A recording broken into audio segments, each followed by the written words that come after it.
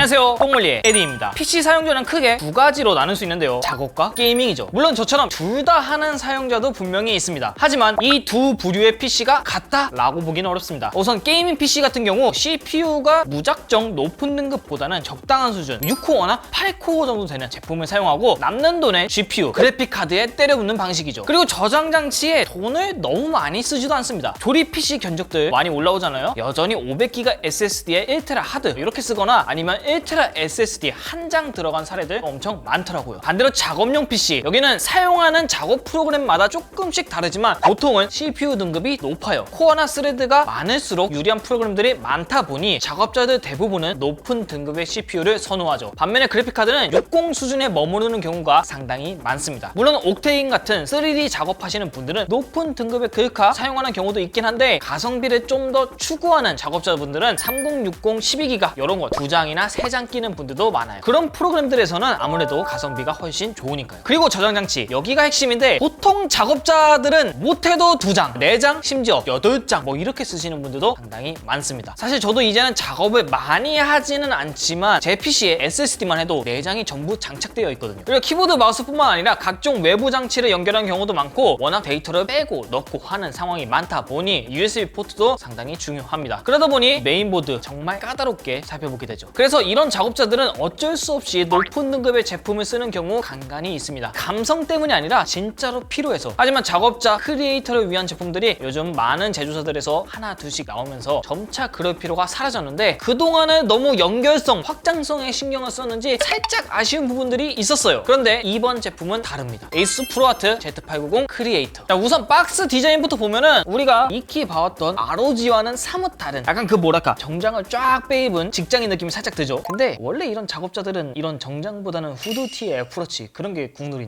그리고 본품을 살펴보면은 야 진짜 지금껏 나왔던 프로아트 보드들 중에 가장 뛰어납니다. 그동안은 요 상단에 방열판도 반투명 플라스틱으로 돼 있어서 조금 허전하고 허접했거든요. 그리고 이 가운데 아머도 이거 원래 없었어. 정말 횡했단 말이야. 근데 이번에는 풀 아머 장착, 여기 중간중간에 프로아트라는 로고도 아주 예술적으로 잘 넣어줬어요. 디자인은 진짜 끝내준다. 솔직히 제가 개인적으로 지금 ROG 보드를 쓰고 있지만 요즘 RGB가 너무 과해지고 있어가지고 질리는 감이 없지 않아 있었는데 이번 Z890 프로아트의 디자인 방향성은 너무 마음에 드네요. 물론 단순히 외형만 신경 쓴 건 아닙니다. 편의성도 이번에 정말 신경을 썼는데 일단 이 최상단 SSD 슬롯, 새로운 방식의 M.2 Q 레치 기술이 적용됐어요. 이게 Z890 ROG 보드에서는 이것보다 조금 더 복잡한 감성을 좀 더 중요시한 그런 방식을 넣어서 저도 그렇고 여러분들도 살짝 불편하다는 평가도 있었는데 얘는 AMD ROG 보드처럼 깔끔하게 넣어줬어요. 그리고 그 밑에 PCI 슬롯은 ROG 보드들에나 들어갔던 기능인 PCI 슬롯 Q 릴리즈 슬림 들어갔죠. 진짜 이거 혁신입니다. 보면 글카가 잘 붙어있다가 필요할 때, 내가 빼고 싶을 때 별도의 걸쇠를 누르지 않아도 그래픽카드가 쏙 빠집니다. 게다가 이게 다가 아니죠. 하단 아머 부분을 보면은 일반적인 그냥 평범한 보드에 들어갔던 그런 아머가 아니라 여기를 톡 하고 눌러주면은 이게 쭉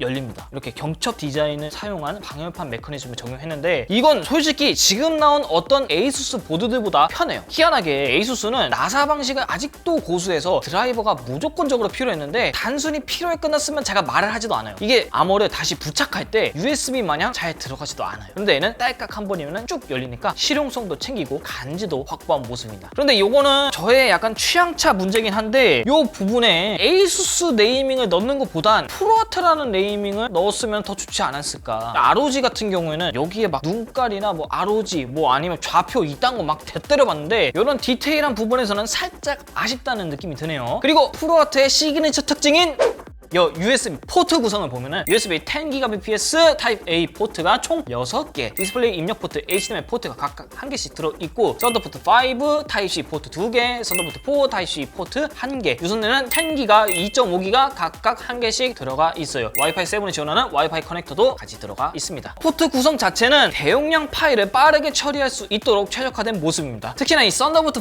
5, 최근 애플이 맥미니와 맥북 프로 라인들을 새롭게 리뉴얼하면서 같이 주목받고 있는 차세대 규격인데 썬더볼트 4에 비해 2배 증가한 80Gbps의 양방향 대역폭을 제공하며 대역폭 부스트 기능을 활용할 경우 최대 120Gbps까지 지원합니다. 물론 DP 2.1 규격도 지원해서 4K나 8K 같은 고해상도 모니터에 연결해서 조금 더 자유로울 수 있죠. 게다가 USB PD 충전도 3.1을 지원해 무려 240W까지 출력이 가능합니다. 그렇기 때문에 작업자분들은 그동안 아쉬웠던 썬더볼트 4의 가려운 부분들을 많이 해소해 줄 거라 생각이 들어요. 그렇다면 이제 보드 속살도 같이 한번 뜯어보면서 확인해 봐야겠죠.